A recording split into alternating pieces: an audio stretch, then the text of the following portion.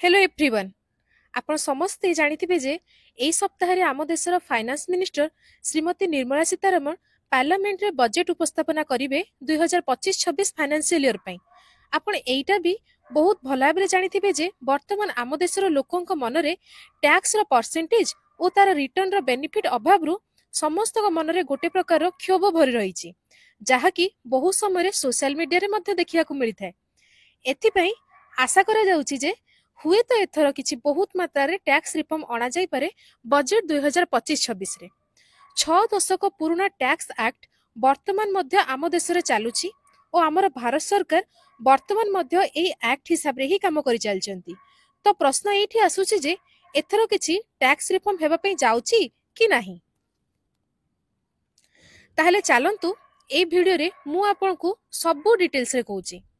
Budget पई एटा गोटे बहुत इंपोर्टेंट वीडियो, सेति पे वीडियो को बिल्कुल भी स्किप न करी पूरा फास्ट टू लास्ट जाए देखंतु। आ वीडियो भलो लागि थिले लाइक शेयर और सब्सक्राइब करिया पे बिल्कुल भी भूलिबेनी। आ डेरी न करी चलंतु आज हमर डिस्कशन स्टार्ट करिबा। प्रथमे जानिबा जे आम देश रे वर्तमान हेउची कोन। आम देश रे एक्चुअली टैक्स पेयर को संख्या बहुत कम। आज्ञा मु एठी जीएसटी कथा कहू नाही, कारण जीएसटी इनडायरेक्ट टैक्स आकार रे प्राय समस्ते ही देई थांती, किंतु डायरेक्ट टैक्स पे करुवा लोकों संख्या आम देश में बहुत कम। एवं जो माने भी डायरेक्ट टैक्स पे करुचंती सेथिरु सबुठारु अधिक संख्या रे मिडिल क्लास फैमिली ही थांती। मिडिल क्लास फैमिली एते मात्रा रे टैक्स पे कला परे मध्य इन रिटर्न से माने बहुत माने कम मात्रा रे बेनिफिट भारत सरकार को ठारु पाई थांती, जहा कि वर्तमान गोटे क्रोधर कारण पालिटी चलिला धीरे धीरे लोक मानक मध्य रे। एहा परे आउ गोटे जिनिस मध्य दृष्टिगोचर हेबा उचित जे आम देशर प्रधानमंत्री श्री नरेंद्र मोदी एथर तृतीय थर पई आम देशर प्रधानमंत्री भाबे निर्वाचित होइचंती, जहा कि आम देशर नागरिकंक सहयोग बिना संभव नथिला। किंतु वर्तमान जेते बेले लोक तांको कष्ट अर्जित धनरु टैक्स एते मात्रा रे देला परे मध्य कोनोसी सुविधा सेई मात्रा रे पाई पारि नाहांती, ताहले हुए तो एहा जनतांकर सरकारंक उपरे विश्वास कम करिबार कारण पालटि जाई पारे। एहा सहित 1961 रो टैक्स एक्ट को बिल्कुल भी परिवर्तन न करी सेही टैक्स एक्ट को ही कंटिन्यू करूचंती, जहा कि वर्तमान परिवर्तन हेबार आवश्यकता रहिछि। वर्तमान तृतीय थर पे आम सरकार को ए चांस मिली एवं आशा करा जाउछि जे एथरो आम सरकार किछि रिफॉर्म आनिबे टैक्स रे। आउ बहुत एक्सपर्ट कर एटा मध्य कहिबार अछि जे एथरो आम सरकार को ए अपॉर्चुनिटी बिल्कुल भी मिस करबा उचित नुहे। ताहले वर्तमान प्रश्न आसे जे जदि टैक्स रिफॉर्म हुए ताहले ए रिफॉर्म रो गोल कौन रहिबो। कौन वर्तमान रो लॉ रे चेंज आसीबो, ना प्रेजेंट रूल रे चेंज आसीबो, ना सेक्शन और सबसेक्शन रे चेंज आसीबो। एक्सपर्ट को कहिबा अनुसार tax burden only middle class उपरे अधिक न देई समस्त जनता उपरे टैक्स रो रेस्पोंसिबिलिटी ठीक मात्रा रे हेबार आवश्यकता रहिछि, जहा द्वारा समस्त सुविधार लाभ उठाई पारिबे। जदि आपण आम देशर टैक्स बेस को आकलन करिवे ताहले आपण पाइबे जे देशर टोटल जनसंख्या 140 कोटी उपरे एवं टैक्स पे करुवा लोकों संख्या होउची मात्र 3 कोटी रु भी कम।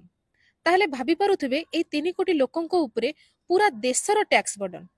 एहा सहित एही 3 कोटी लोकों भितरु पाखापाखी 40,000 लोक एमिति अछंती जे कि टैक्स आकार रे गवर्नमेंट को पाखापाखी 85 लाख रु अधिक टंका देई थांती पर ईयर।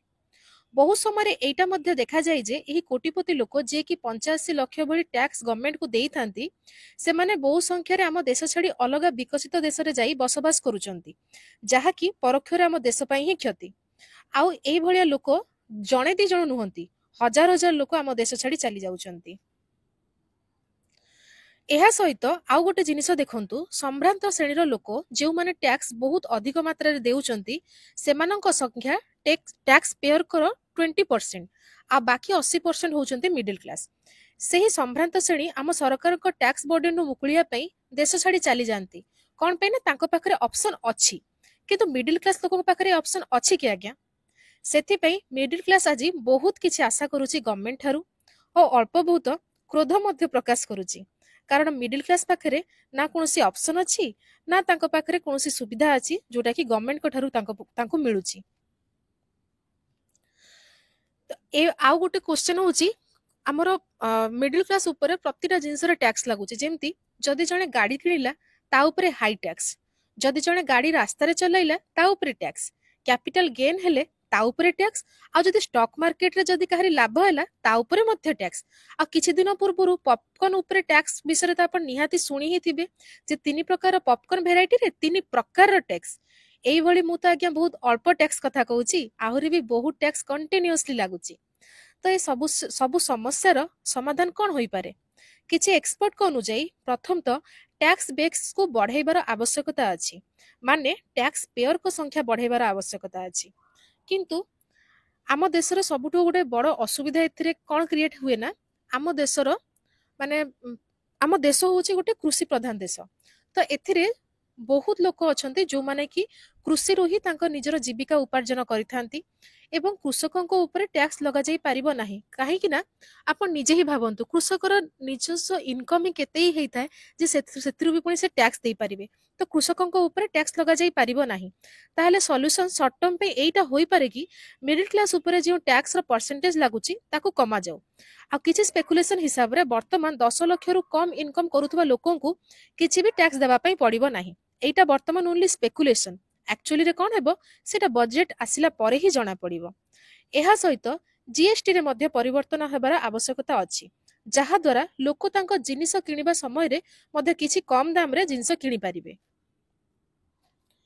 ଏହା ସହିତ ଆଉ ଗୋଟେ ସଜେସନ ହଉଛି, ଯଦି ପେଟ୍ରୋଲିୟମ ପ୍ରଡକ୍ଟକୁ ବି ଯଦି ଜିଏସଟି ଅଣ୍ଡରରେ ଆଣି ତାର ଦାମକୁ କମାଯାଇ ପାରିବ, ତାହେଲେ ସାଧାରଣ ଜନତା ଏଥିପାଇଁ ବହୁତ ଉପକୃତ ହୋଇପାରିବେ। ଆମ ଭାରତ ସରକାର ବର୍ତ୍ତମାନ ଚାହୁଁଛନ୍ତି ଯେ ଭାରତ ଜନତା ଇନଭେଷ୍ଟମେଣ୍ଟ କରନ୍ତୁ, ଯାହା ଇନଡାଇରେକ୍ଟଲି ଆମ ଦେଶର ଜିଡିପିରେ ସାହାଯ୍ୟ କରିବ। କିନ୍ତୁ ଲୋକ ଇନଭେଷ୍ଟମେଣ୍ଟ କରିବେ ତ କରିବେ କେମିତି? କାରଣ ବର୍ତ୍ତମାନ କର୍ପୋରେଟ ଟ୍ୟାକ୍ସ ରେଟ୍ ବହୁତ ଅଧିକ ଅଛି। ତାହେଲେ ଲୋକ ଇନଭେଷ୍ଟମେଣ୍ଟ କେମିତି କରିବେ? ବର୍ତ୍ତମାନ ଆମେରିକାର ରାଷ୍ଟ୍ରପତି ଡୋନାଲ୍ଡ ଟ୍ରମ୍ପ ମଧ୍ୟ ଲୋ ଟ୍ୟାକ୍ସ ରେଟ୍ର ଆନାଉନ୍ସମେଣ୍ଟ ଅଲରେଡି କରିସାରିଛନ୍ତି।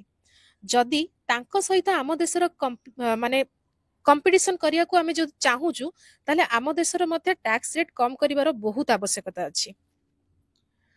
ନିର୍ବିଶେଷରେ ଅଳ୍ପ କିଛି କଥା କହିବା ପାଇଁ ଚାହୁଁଛି, ଯଦି ଆମେ ଆମର ଦେଶର ଫରେଷ୍ଟ ଇନଭେଷ୍ଟମେଣ୍ଟ ଅଧିକ ଚାହୁଁଛୁ, ଦେଶର ଜନତାଙ୍କ ସର୍ବାଙ୍ଗୀନ ଉନ୍ନତି ଚାହୁଁଛୁ, ଦେଶର ସବୁ ବର୍ଗ ଲୋକଙ୍କର ସାମୂହିକ ଉତ୍ଥାନ ଚାହୁଁଛୁ, ତାହେଲେ ବର୍ତ୍ତମାନ ଆମ ଭାରତ ସରକାରକୁ ଟ୍ୟାକ୍ସ ରିଫର୍ମ କରିବାର ବହୁତ ମାତ୍ରାରେ ଆବଶ୍ୟକତା ରହିଛି।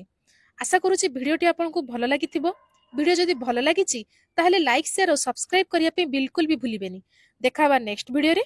ଜୟ ଜଗନ୍ନାଥ, ଜୟ ମା ସମଲେଇ।